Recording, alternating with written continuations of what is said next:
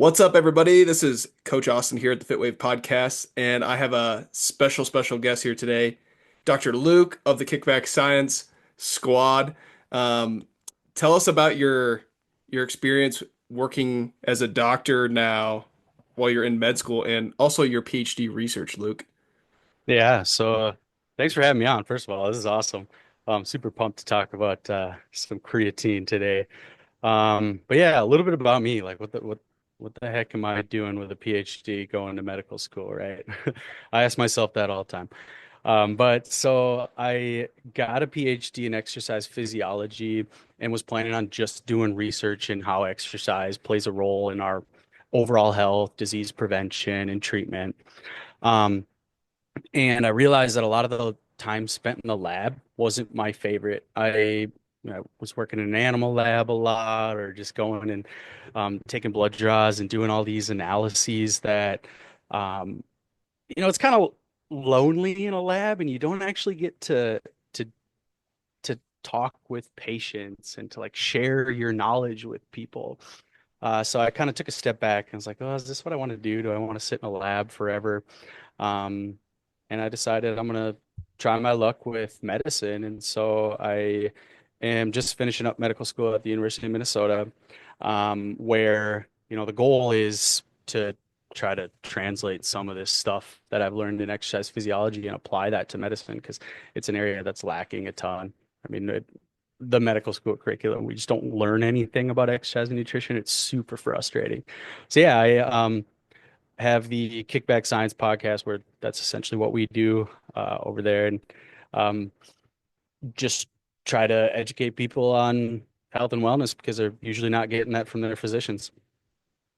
I mean, I have a lot of questions for you today about this, but I'm really grateful that you're one of the few individuals who has an exercise background going into medical school because it's needed, as we know, and we talked about the whole thing and whole topic on your podcast specifically. But I'm excited to really dig into a lot of things here today, guys. What the main topic we're going to talk about today is the most researched, arguable supplement on the market and why supplements can be beneficial in that they don't have to be scary and that your doctor doesn't necessarily have to be afraid to talk about some of these things and clear up some confusion for a lot of our listeners, especially when they hear the big scary word of creatine, right? So, um, you talking about like you're in family medicine rotations right now, like talking about just general health. Let's kind of discuss that first and then we'll kind of get into our questions here. But from a general health perspective, like especially with family medicine, we were talking about this like right before our conversation or right before we got on here is like patients come in, they haven't seen a doctor in could be years, months, maybe a decade, maybe longer, right? And they come into you and they're like, "Hey, solve my problems," right? And you're like, "I can't fix everything, but I'll do my best to at least get you pointed in the right direction." And do you feel like in situations not necessarily that extreme, but you know, having a good communication with your doctor would be a good way to like establish things early on before jumping in to like asking like for treatment options? Or how would you, if I was a patient coming in and be like, okay, here's my issues, like guide someone in that. And then we'll kind of get into the question specifically of someone who does come to the doctor and then asks about like creatine or nutrition or something like that. Yeah, so I'd say, first off, having an understanding that, if you approach your primary care physician, if you're going for an annual physical exam, Medicare wellness check, or whatever it might be, um, just knowing that exercise and nutrition are not something that most of the physicians are taught in medical school. And that doesn't mean that your physician doesn't have that background, because some do.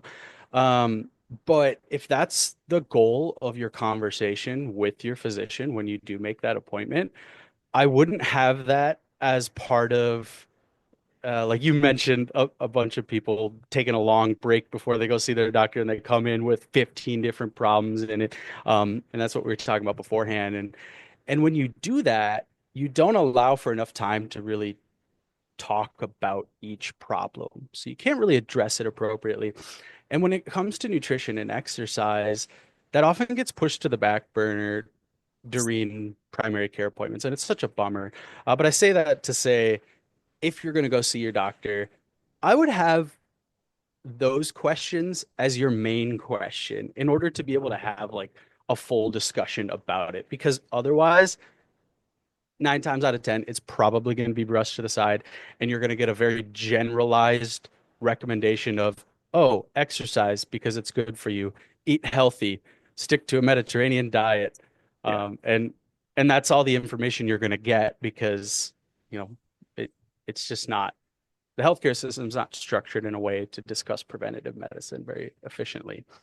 Yeah, and we kind of talk. We guys, if you want to hear a whole spiel on that, listen to Luke's podcast where we talk about that of the spectrum of healthcare and really like how there's like holes in the system, right? Like, and we're not trying to say that we're gonna fix these holes. We're just dealing with the cards we're dealt, and in the U.S. healthcare system, and we're trying to help you get the best out of it, so you're not going into like a doctor and being like we just said, solve all my problems, and they give you a handout that says, here's your Mediterranean diet, general recommendations, right? Here's your exercise guidelines, general recs.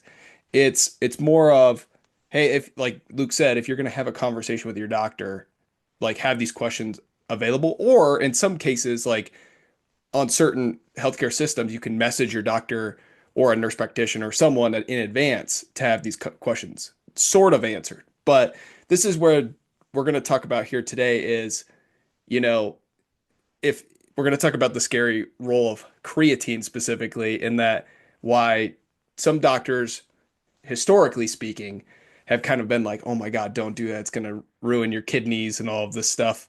But in reality, it's much different. So, like Luke said, the reason why we're covering this is because not every single doctor is covered in exercise and nutritional guidance. And so we're trying to help give you the resources necessary to be more empowered with your education. So let's get into creatine. I know that's kind of a long-winded uh, workaround question, but it's just a perspective that we're trying to gather here. So let's say like you have a healthy individual, subjectively healthy individual. That's health is very vague definition, but comes in and it's like, hey, I've been exercising. Um, I've been, lifting weights, and I see this thing on Instagram about creatine and how it's supposed to make me jacked. And, that's like that, or like the question is like, is creatine going to damage my kidneys, or is it going to make me bloated? Like these are general questions that I get asked on a daily basis. Like almost in that exact phrase. I'm not going to say exactly, but let's say I come into your clinic, Dr. Luke, and I say, hey, listen, like I've been training like that, like I just said. I want to be able to gain some muscle mass. I'm a little worried about this thing called creatine. I need to know, is it worth it? So Yeah. what would be your short and long answer to that question?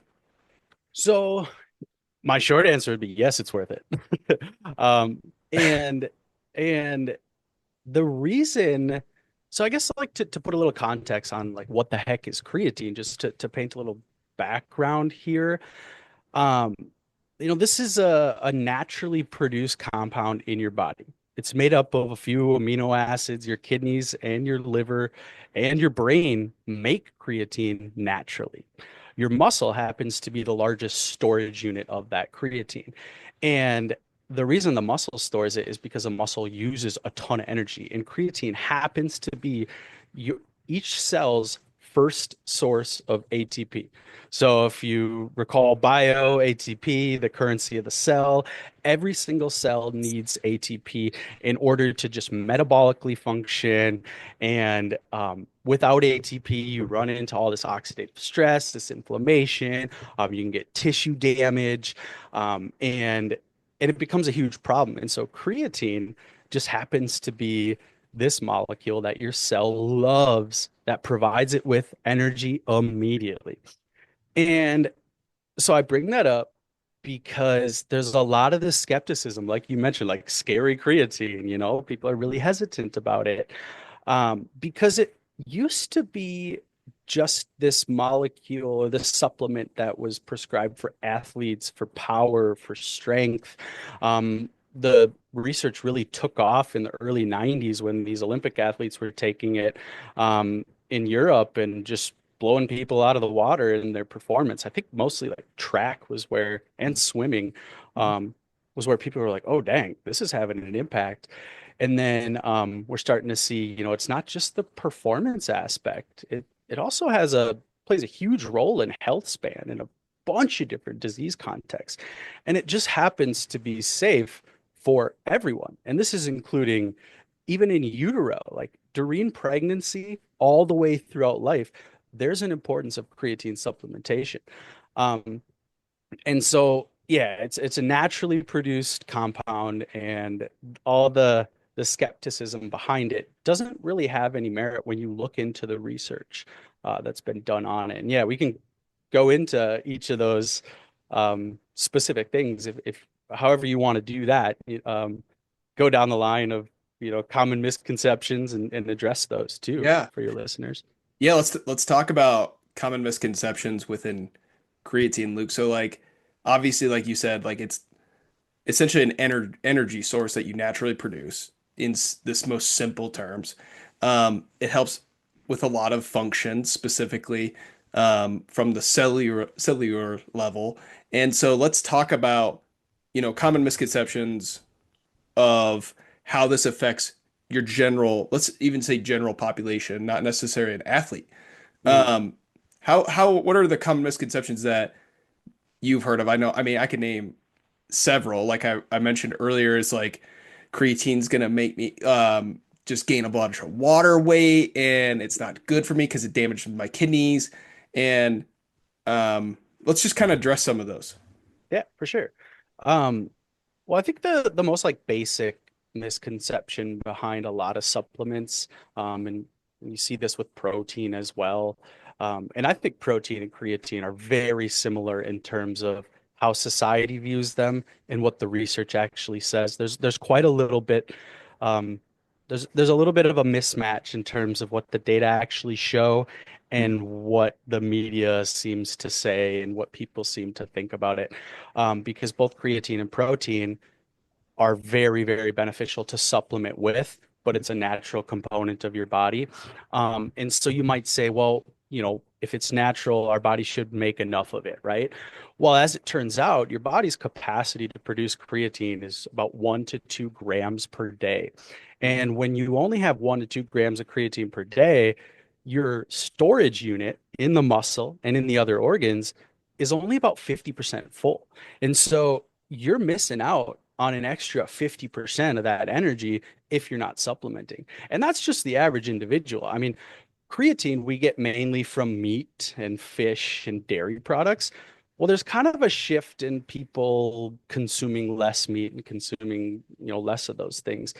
And so you look at these NHANES data, which is like the largest group of data that studies the United States population in terms of diet and exercise. And that's where we get most of our info of like dietary intake and risk of disease. But you look at the NHANES data and you see that there's this decline in creatine intake in our society across every population.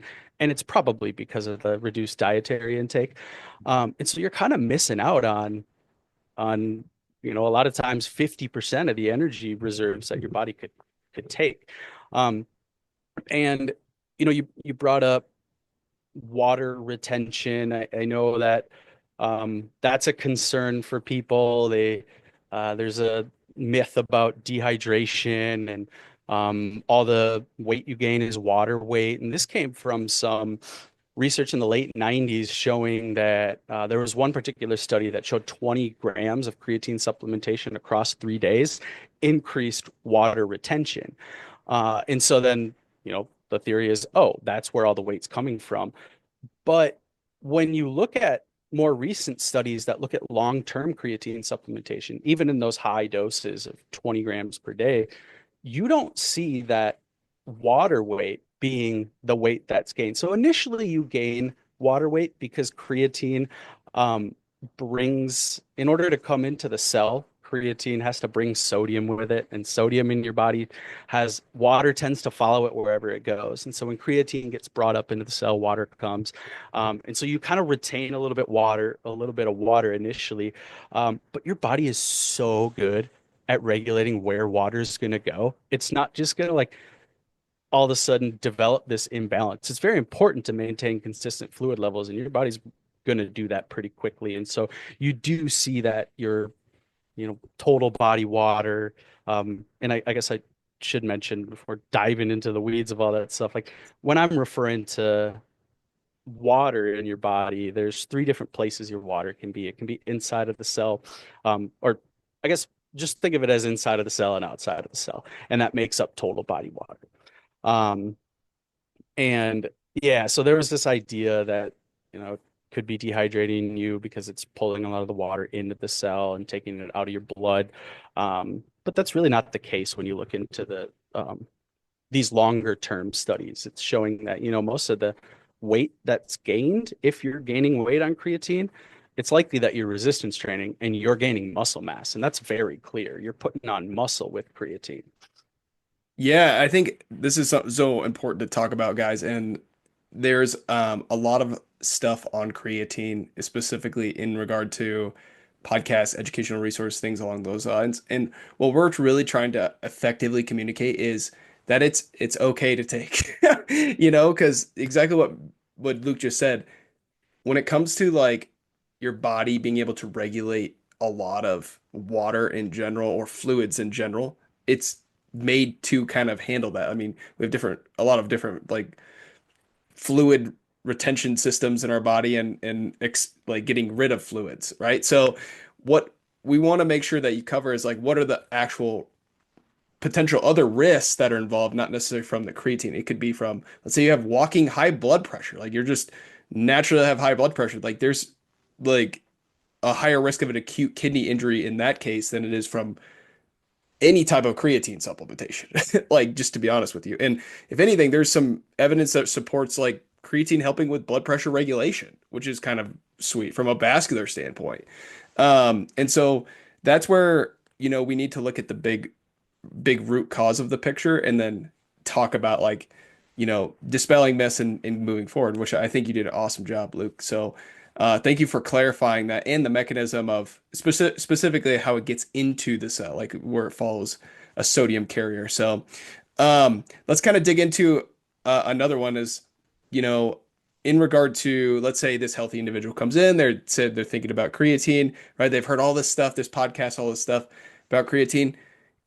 How do you typically, especially like, how would you help a doctor communicate that or a health practitioner communicate that effectively to a patient in this kind of case of education and empowerment so that they feel comfortable like saying like, hey, this is good versus no, absolutely not, right? Like, Yeah. Yeah. Well, I think when it comes to talking to your healthcare provider, and I think it is important if you're going to start creatine supplementation, and I mean, it does seem to be safe for people across all age groups. It's always a good idea to discuss it with your physician, though.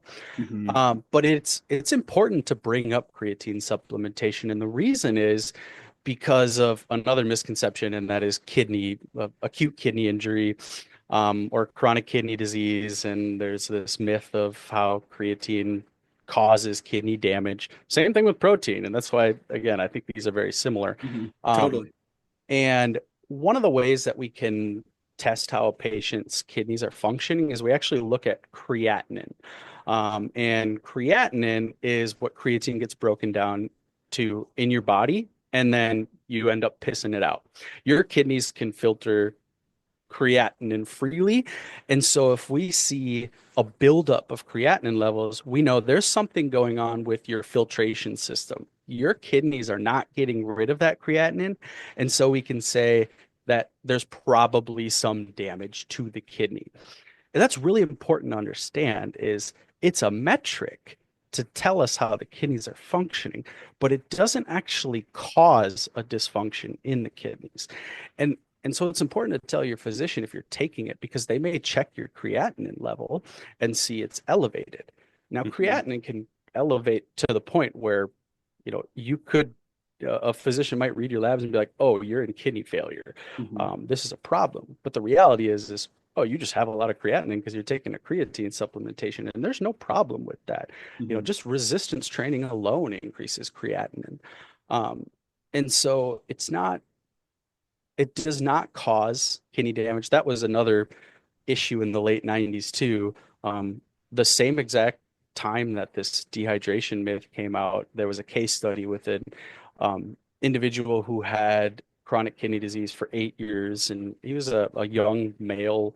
Um, I don't remember what his age was, but he went in to the doctor and he was getting treated for his kidney disease, and he said he was taking creatine supplementation, and he did a loading phase and then was on like 2 grams per day, and his creatinine was through the roof, and so they de decided that he had an acute kidney injury when in reality he was totally healthy.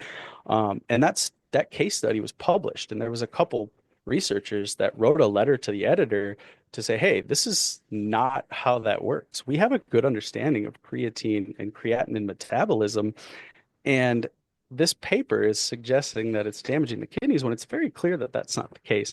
And for some reason, when we have those random myths that pop up about a supplement, people just love to keep them going.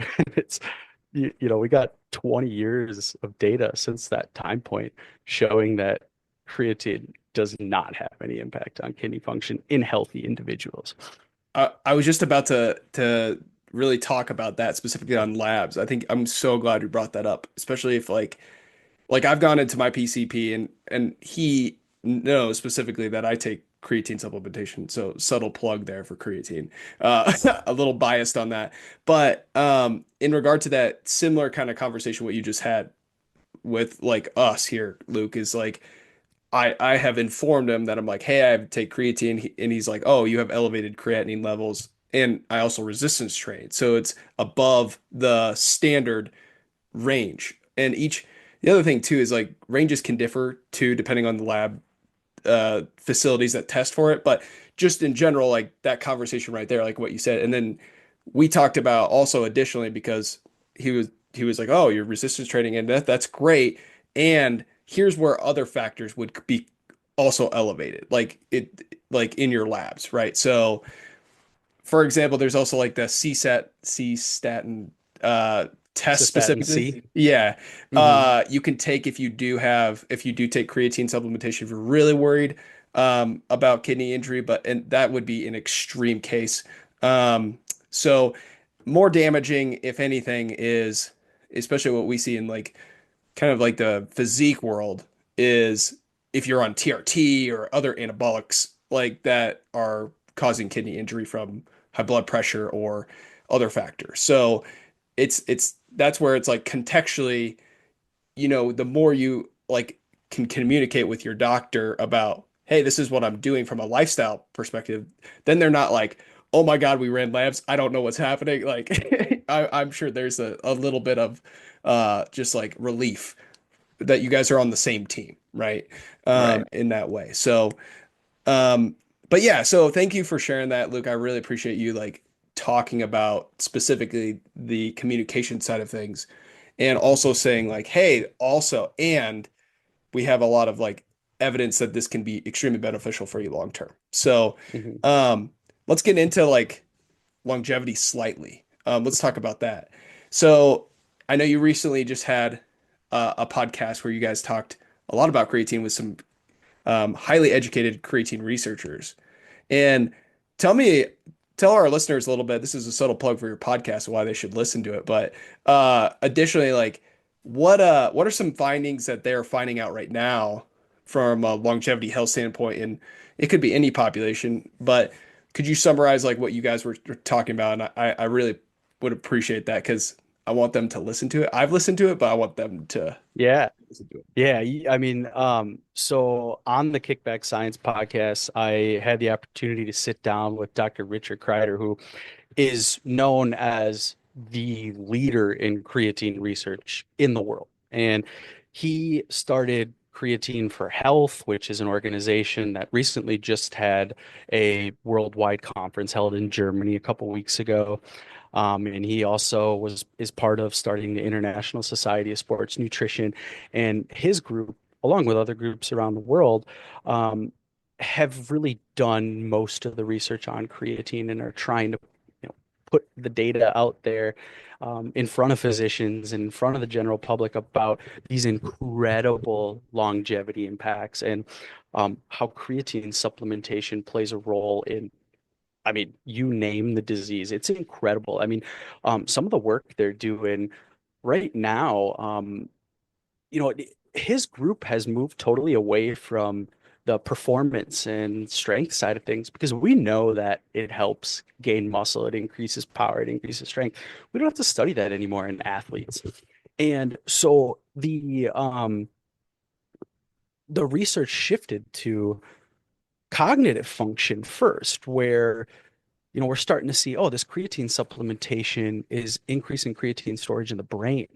And it's interesting because the brain doesn't have these creatine transporters like the muscle does. But if you supplement with enough creatine, and you actually need more for it to get into the brain because your muscle's going to hog most of it, and it's hard for that creatine to get through the blood-brain barrier. But anyway, um, Dr. Kreider's group has shown a lot of these incredible impacts of creatine supplementation in dementia, um, and dementia-related conditions. It doesn't seem to have much of an impact on like Parkinson's and ALS. That it's not a heavily studied area, but as far as like dementia, cognition, memory, and this is the same in children. So decreasing um, a lot of these like attention deficit symptoms and increasing standardized testing and behaviors um and while we're on the topic of children, there's some interesting, this comes from the NHANES data where you look at children who are deficient in creatine intake and you see that they're shorter, they have higher body fat percentage, lower muscle mass, increased incidences of obesity. And so you've got this development, metabolic disease, this function on brain health. And yeah, Dr. Kreider, there's so he's not doing this work, but there's a group in Australia and then a group in San Francisco that's doing some work on pregnancy. And it, when you listen to the podcast, you'll hear him talk about how creatine supplementation may be the new prenatal supplement where you get pregnant and you take a folate supplement to reduce risk of spina bifida. Well, we might be seeing people supplement with creatine because of the impact that it has on the fetus and development during pregnancy. Um, and there's some cool research being done on cancer, and this is in the early stages, but there's animal work showing that creatine supplementation reduces tumor growth.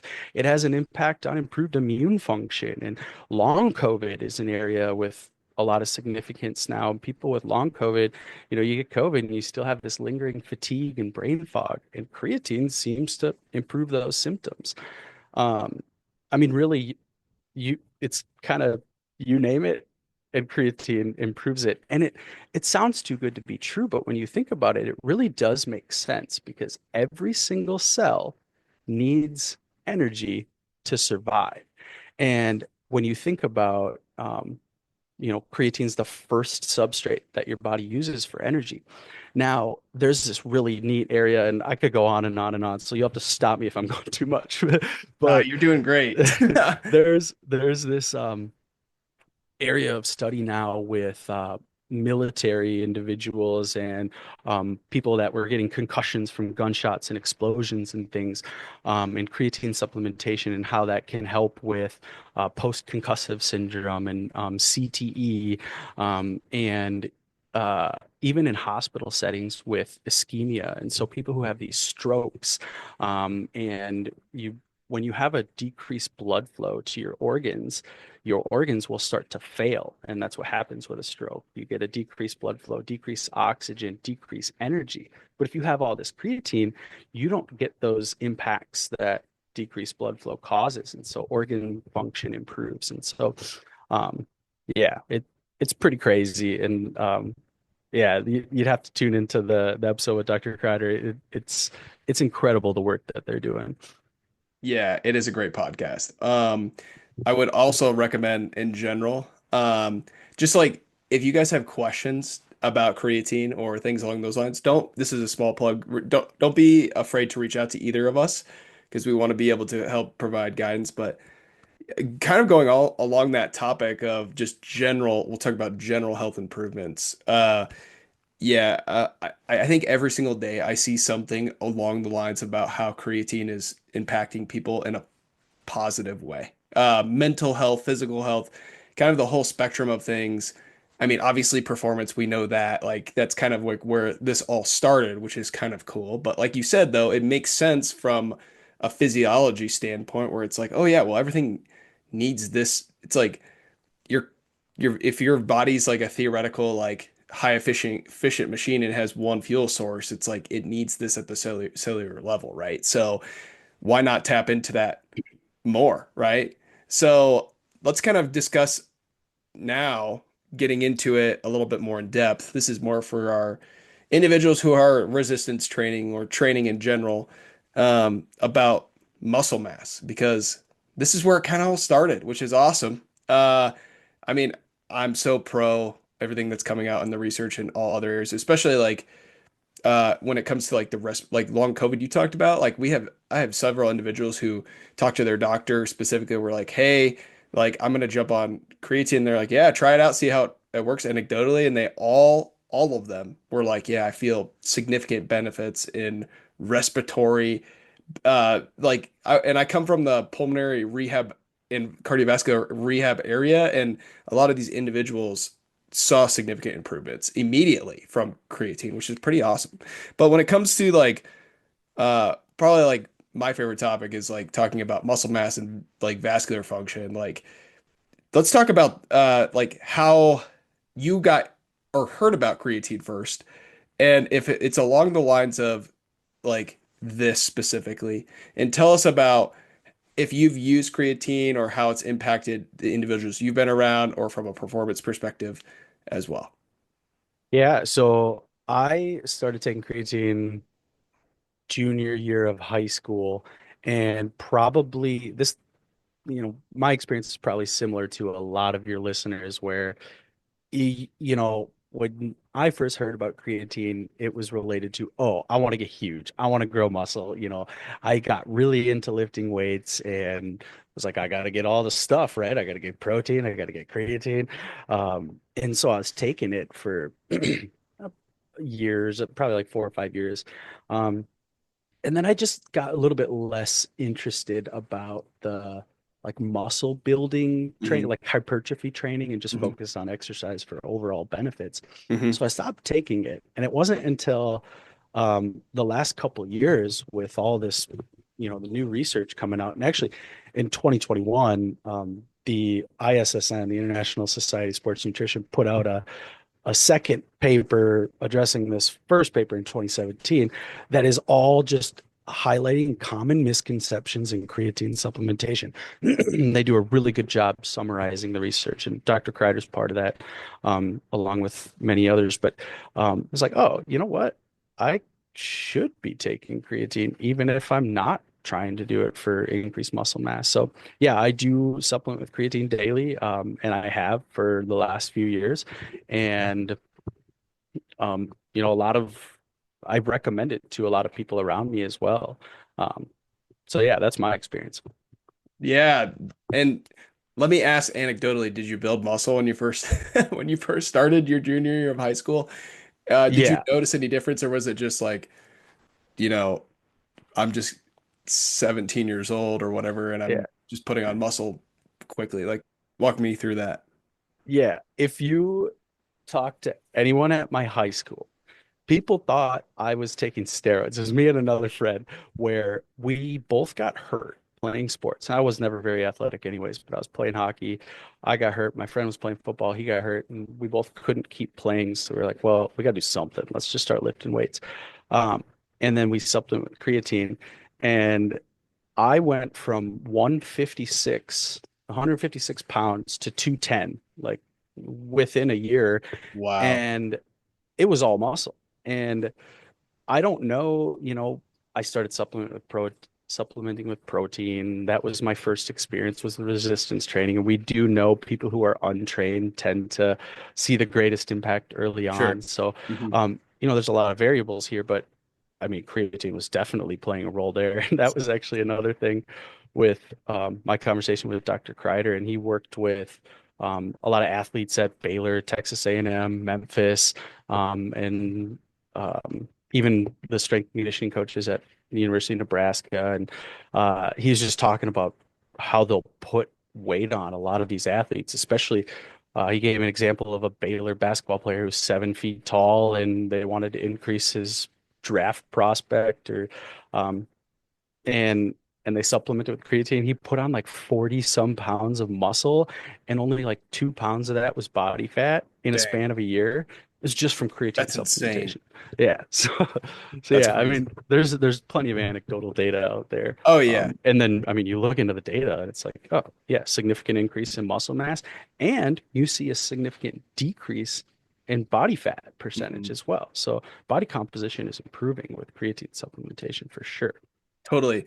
Yeah, and I think it's just for context, guys, like the average, like based on like the average population of like 20 to like 60-year-olds, like trying to put on muscle, which is possible if you're 60, if you're listening, is about 1 to 3 pounds on average in a year. If you're not doing, if you're doing your general like resistance training and cardiovascular exercise, but if you're like resistance training, that goes up a little bit, like hypertrophy based training.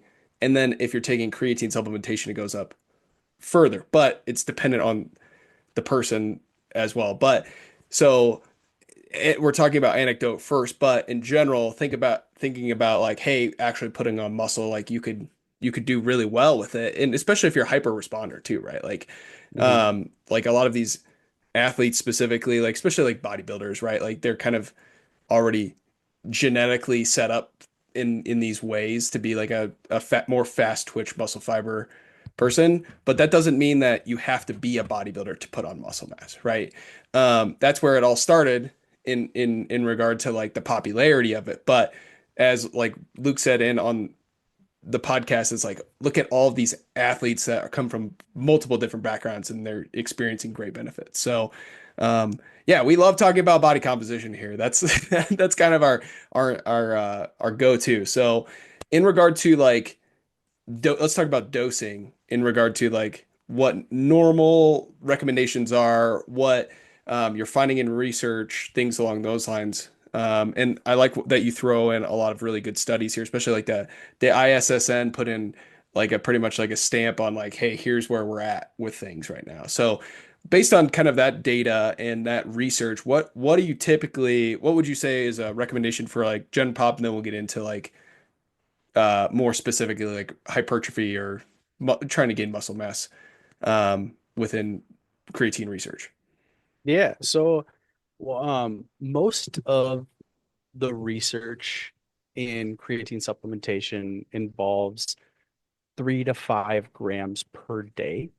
Um, and when you think about why that might be, we talked about how your body makes 1 to 2 grams a day. Hmm. Um, and that's only about 50% of the storage capacity.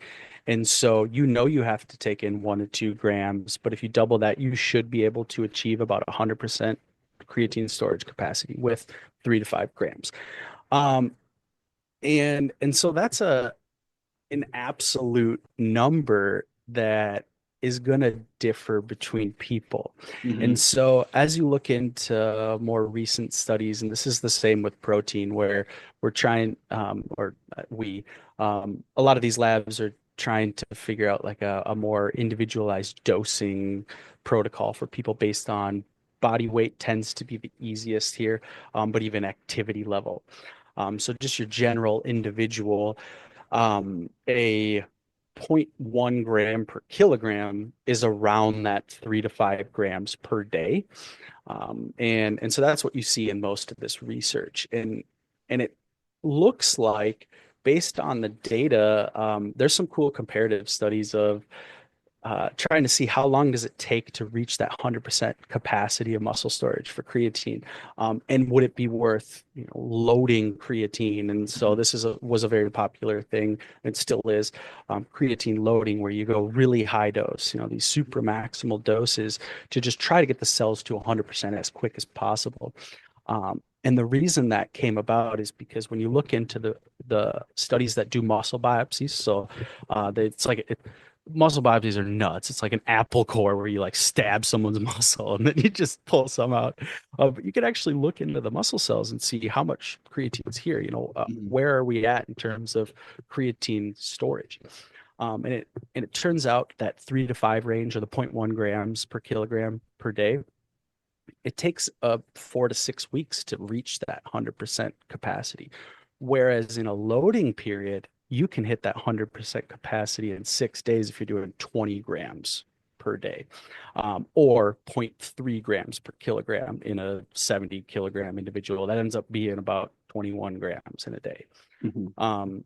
And so if your listeners in are curious, everything in research is kilograms just because it translates across the world. But if you're weird and live in the United States, like most of us, or I imagine most of your listeners, you can find your body weight in kilograms by just taking weight in pounds divided by 2.2 Mhm. to get that conversion.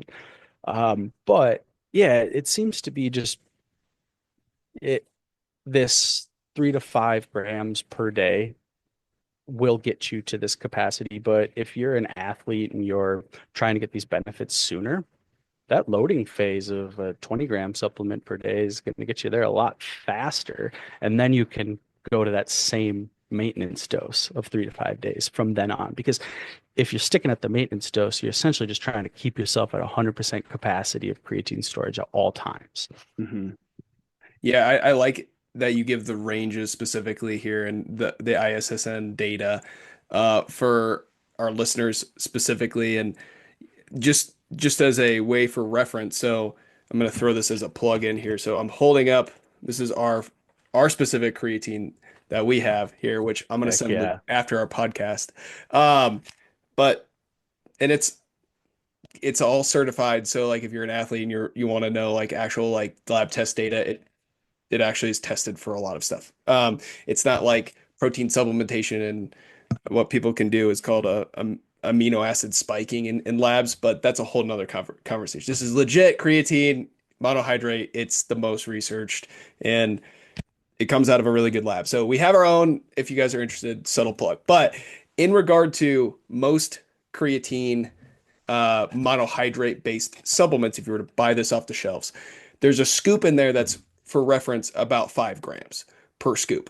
So a lot of individuals will just do 1 scoop a day in anything, water, juice, like protein shakes, whatever you want from a liquid standpoint. Um, don't try to cook with it. I wouldn't recommend that. There's a kind of a whole thing with the chemistry behind it. But uh, in regard to this, 1 scoop a day is typically what people recommend. So if you guys are, as Luke mentioned, you're going to do 20 grams of that a day, which can feel like a lot in a loading protocol. That's 4 of those scoops a day. So just ease into it before like jumping full ship. If you hear this podcast and you're like, yeah, I have to do that. Just know like, hey, like ease into it because you know there are some GI based um like symptoms that can come from that. So that's another conversation I was going to bring up as also as well as in regard to like loading periods specifically like prior to training. Some athletes like report, loading before a workout. Have you seen evidence on that specifically, Luke, or like did you guys talk about that at all in regard to like hypertrophy based training? So, do you mean loading, like taking a higher dose on like training days beforehand, Yeah, great or question. Yeah, so but before training, if you're taking, let's say, more than 5 grams, 1 scoop on that training day, is there any like acute benefits of doing that? Or do you see like, or in conversation with other researchers, the conversation of like there's no like difference in effect? That's a good question. I actually don't know of any comparative studies of like a pre-workout dosage just for one session and what that does. There's plenty of research on like creatine or no creatine, and then there's research on before exercise or after exercise supplementing there. Um, so I guess I don't know the answer to that question. Based on the research on pre-supplementation or post-supplementation. So if you're taking 5 grams per day, should you do it before you work out or after you work out? Um, a lot of the data there show no difference in terms of strength and adaptations to resistance training when you do it before and after. And so seeing those data makes me think there's probably not much of a difference. Um, I think the important takeaway is, if you're an athlete and want to get these, you know, muscle growth, power, strength, these impacts as quick as possible, doing that loading phase for 5 to 7 days and then switching to the maintenance phase. And you would take it daily, whether you're exercising or not. And the important thing is that you just figure out a time that you can consistently take it so you don't forget. That's the important thing. It doesn't seem to matter about timing as much. And I do have some references for those papers. I can't cite those off the top of my head, but I know I've got them here. That's totally fine. We have some we'll include in the show notes as well, guys. But additionally, something that this is more of like what's interesting. We have a podcast with Dr. Scott Forbes, who's a researcher in Canada specifically. He's a great creatine researcher that we've done a couple years back, and it's interesting because um, in his conversations, and I've also like asked him these questions is, are we seeing that? And he goes, first we have to get over the stigma too of creatine because not all institutional review boards allow for creatine supplementation unless it's under certain conditions. So that's why I'm also like asking these questions to see what you hear. Well, in the circle of conversations. But what's cool is Dr. Darren Kandow, who's another leading researcher in creatine. Um, pretty cool stuff he's talking about now since like a lot of the stigma has been reduced in creatine research. That it's becoming more widely research topic around the world. He's actually discussing like what is instead of the minimum effective dose per day, the maximum dose per day per person. And so there's not conclusive evidence on this yet, but guys, something that I'm sure in the next probably 10 years, the next decade, they're going to be doing more evidence-based research on, maximal dosing. So the protocols can change, but as of right now, this is the standard of the stamp of approval based on stuff. But it's cool to see like what they talk about, especially like it's interesting. He was talking about specifically in sleep, people who struggle with insomnia, like respiratory, like obstructive sleep apnea, like things along those lines. It's really cool because they're noticing benefits of creatine loading before bed. So it's not Hmm. necessarily for muscle mass. I know we're talking about this a lot, but as you guys are aware, it is has a lot of health benefits. But um, a couple more questions here, and then we'll let Luke get back to his life. In regard to like specifically creatine research, are there emerging evidence that you guys are fine or that you were talking with your Dr. Kreider about that's coming up? Kind of like the conversation I just said about like Dr. Darren Kandow. Are you seeing any, any benefits coming out here coming up? Yeah. So I mean, like with like Dr. Kandow's group continues to do a lot of that timing research. I think we're going to get a lot more info from that group about, like structuring Hmm. creatine intake based on, you talked about sleep, like could there be an impact on, timing for all these specific things? But there's a lot of really cool research being done right now. So the creatineforhealth.com is the website for Dr. Kreider's group, where all the leading creatine researchers in the world got together, early March. This was just a couple weeks ago, and it was a few day conference in Germany, and they just shared, all the different creatine research that's being done. And I mean, there's stuff with irritable bowel syndrome, and the pregnancy stuff is incredible. I think I saw cerebral palsy on there, and just with aging too. I think that is going to be huge in like an elderly individual. You start to lose muscle mass, specifically type 2 muscle fibers, and so when you lose muscle mass, you're at risk for, I mean, you name the disease, but one of the biggest things you're at risk for is a fall, a fracture, not being able to recover. And so that's why we see muscle mass being correlated with health and mortality risk if you have low amounts of muscle. And so creatine supplementation, we know increases muscle. And it turns out it does that in elderly individuals. I mean, you look at the data with, there's studies showed people 85 and older are able to still increase muscle mass. Mhm. And so with creatine supplementation, we're going to see that even more so. Mhm. So I think with aging, with pregnancy, the cancer stuff, I think is going to be really cool too. Um, and then Dr. Kreider's group is working on combined supplements with creatine and other types of antioxidant supplements that you can give to patients.